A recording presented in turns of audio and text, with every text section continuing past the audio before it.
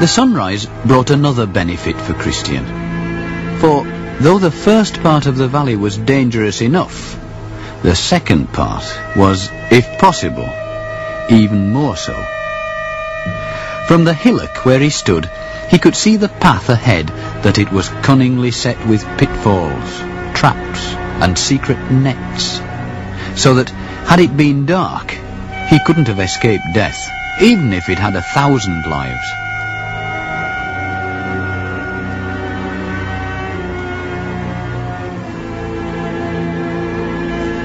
As it was, he once became entangled in a net, and only his trusty sword could free him. And twice a man-trap, snapping shut beneath him, almost caught his leg.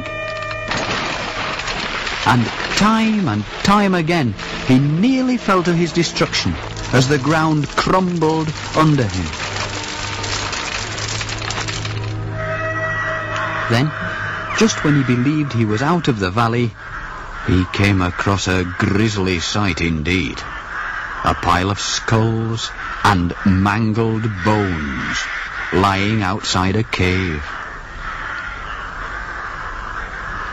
Even as he stopped to peer within, a sudden hand came out at him. It tried to seize him by the throat. He only just leapt back in time.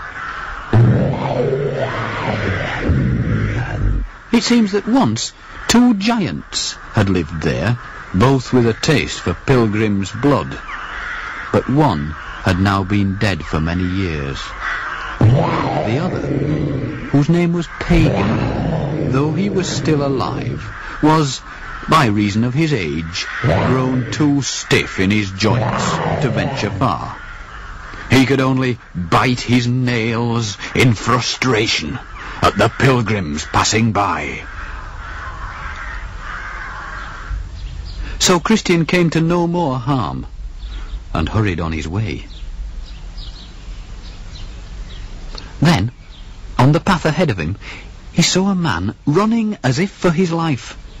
He recognized him as Faithful, his friend and neighbour, the same whom the porter at the palace had informed him of. "Oh there!" he shouted. "Wait till I catch you up!"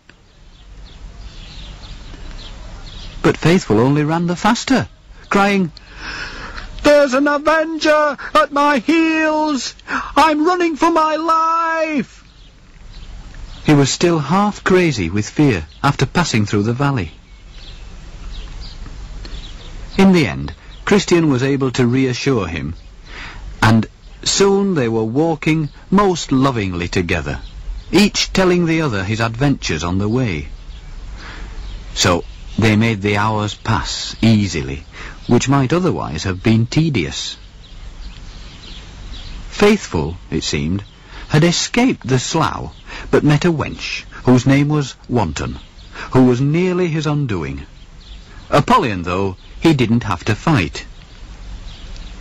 "How long, dear friend, did you stay in the City of Destruction?" Christian asked him, "before you set off after me?" "Till I could bear it no longer," Faithful said, "for the townsfolk were all mocking you for seeking to escape." Then, of a sudden, Faithful spied a man on the road ahead. "Who's that?" he cried, once more consumed with fear. But Christian said, "It's my good friend, Evangelist." And so it was. Evangelist had come, as was his wont, to warn them yet again. Don't think you're out of gunshot of the devil, for, as the Gospel says, my sons, in order to enter the kingdom of heaven, you have to pass through many tribulations. He then pointed into the distance. You will soon come to a town, he said. You can see it there, before you. It is the town of vanity. And in that town you will have enemies. And then he added, looking fixedly upon them both, "Therefore, commit your souls to God, and quit yourselves like men, for one of you will die a painful death." With that, Evangelistus suddenly departed, and Faithful and Christian were left wondering, which of us two did he mean? There was nothing for it but to go forward and find out.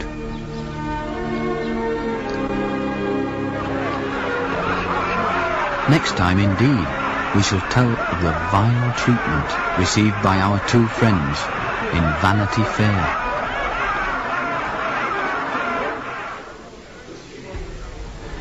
And we shall learn which of them, standing trial before Lord Hategood, is condemned to die.